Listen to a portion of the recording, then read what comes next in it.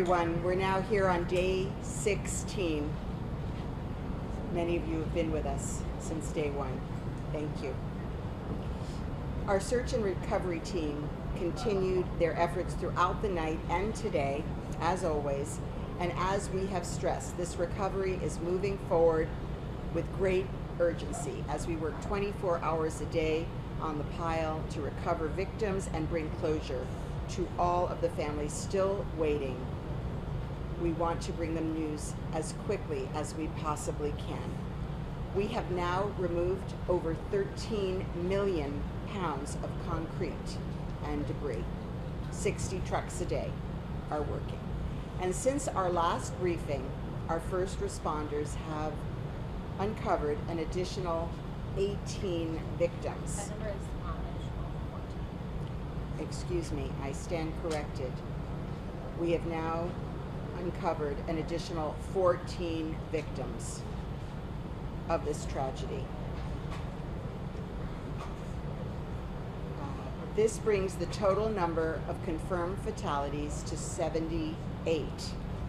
This is a staggering and heartbreaking number that affects all of us very, very deeply. Please, please continue to keep all of the families in your prayers and in your hearts. Of the 78 confirmed victims, 47 have been identified and next of kin notified. 47.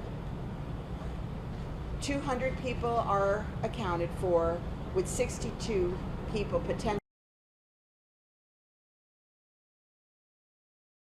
audit the list as they've done, verifying every single report that we receive and working to identify those who may have been recovered as quickly as possible so we can get accurate information.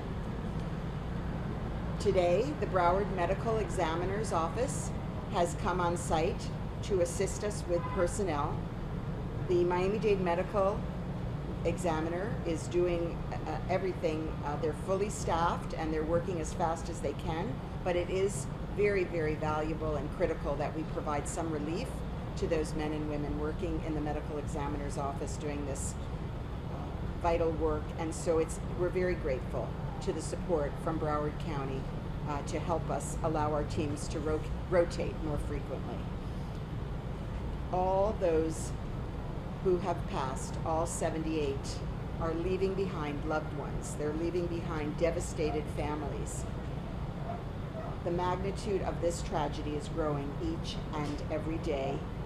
It's an aching hole in the center of this close-knit family here in Surfside, a beautiful, small, close-knit community.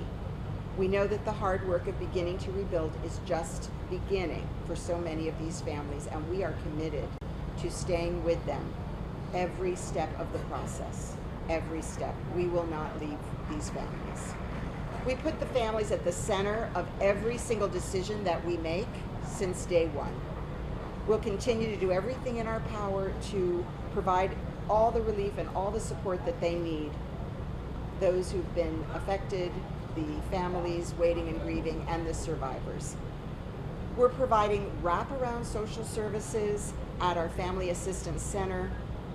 That includes grief, psychological counseling, spiritual counseling, financial assistance, lodging, and any other form of assistance.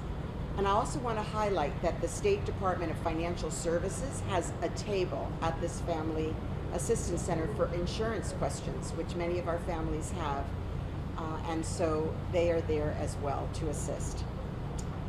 Also, as we discussed yesterday, the mental health and well-being of our first responders is also a key concern for all of us, and it is an urgent priority. Since the morning of day one, just hours after the collapse, our critical incident stress management team was on site, and we have rapidly added to that team with additional state and national resources in the following days. We also have peer support personnel assigned 24 hours a day at our fire stations. So there is support for all of our men and women working this site.